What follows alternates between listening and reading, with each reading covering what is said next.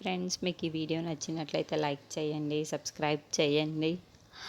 రాజు రూప సూర్యప్రతాప్ దగ్గరికి వస్తారు. ఇక రాజు సూర్యప్రతాప్తో ఇలా చెప్తూ ఉంటాడు. రేపే రేపే మా పెళ్ళి చేయాలనుకుంటుంది అని చెప్పేసరికి సూర్యప్రతాప్ అలా చూస్తూ ఉండిపోతాడు. అమ్మాయి గారు, మీ మీద గౌరవంతో ఎలాగైతే మీ మాటను విన్నారో నేను కూడా మా అమ్మ మీద గౌరవంతో రేపు పెళ్లి పీటల మీద కూర్చోబోతున్నాను.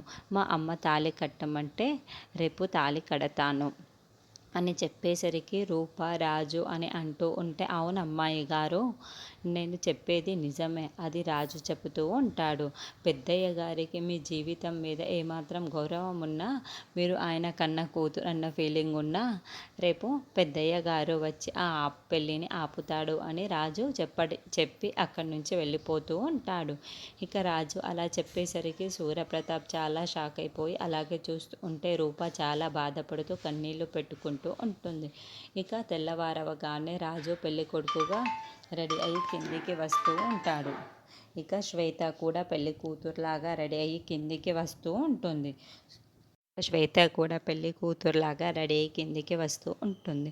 సూర్యప్రతాప్ గదిలో ఏం చెయ్యాలో అని ఆలోచిస్తూ ఉంటాడు. రూప ఇక ఈ పెళ్ళి జరుగుతుందా లేదా అని చాలా కన్నీళ్లు పెట్టుకుంటూ ఉంటుంది.